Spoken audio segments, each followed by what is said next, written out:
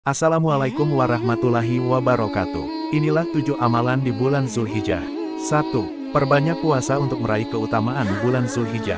Perbanyak amalan solih di 10 hari pertama bulan Zulhijjah dengan berpuasa. Seperti yang diriwayatkan dalam hadis, amalan berpuasa yang dilakukan selama 10 hari pertama Zulhijjah menjadi amal yang sangat dicintai Allah.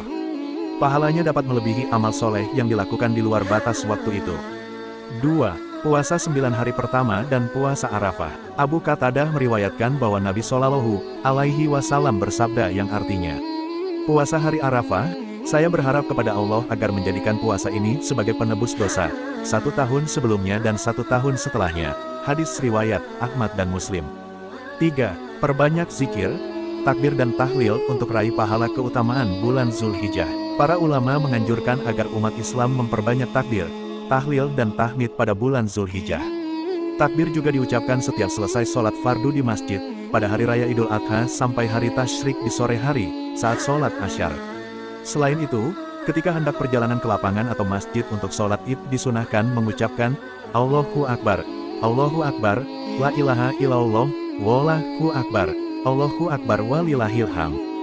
Hadis dari Abdullah bin Umar, bahwa Nabi Shallallahu Alaihi Wasallam bersabda untuk anjuran memperbanyak zikir di 10 awal Zulhijjah ini adalah, dan supaya mereka menyebut nama Allah pada hari yang telah ditentukan. Surat Al-An'am ayat 28. 4. Melaksanakan sholat Idul Adha. Selain rangkaian ibadah di atas pada bulan Zulhijjah, kita juga akan melaksanakan sholat id seperti Idul Fitri.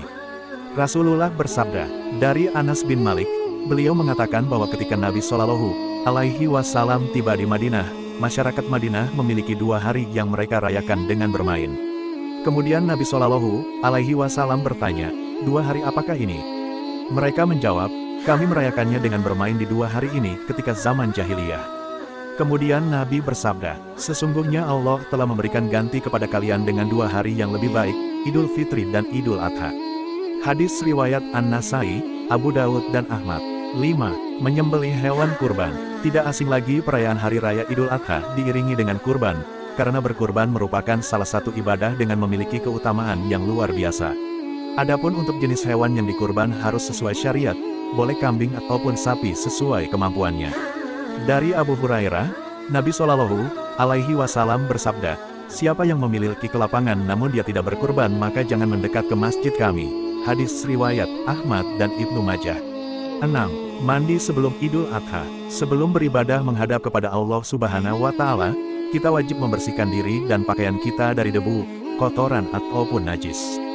Hal ini agar ibadah yang dilakukan dalam keadaan suci dan dapat mudah diterima oleh Allah Subhanahu wa Ta'ala. Seorang lelaki bertanya kepada Ali radhiyallahu anhu tentang mandi. Ia menjawab, mandilah setiap hari jika engkau mau. Lelaki tadi berkata, bukan itu, tapi mandi yang benar-benar mandi. Ali menjawab, mandi di hari Jumat, Idul Fitri, Idul Adha dan hari Arafah. Hadis riwayat Al-Baihaqi.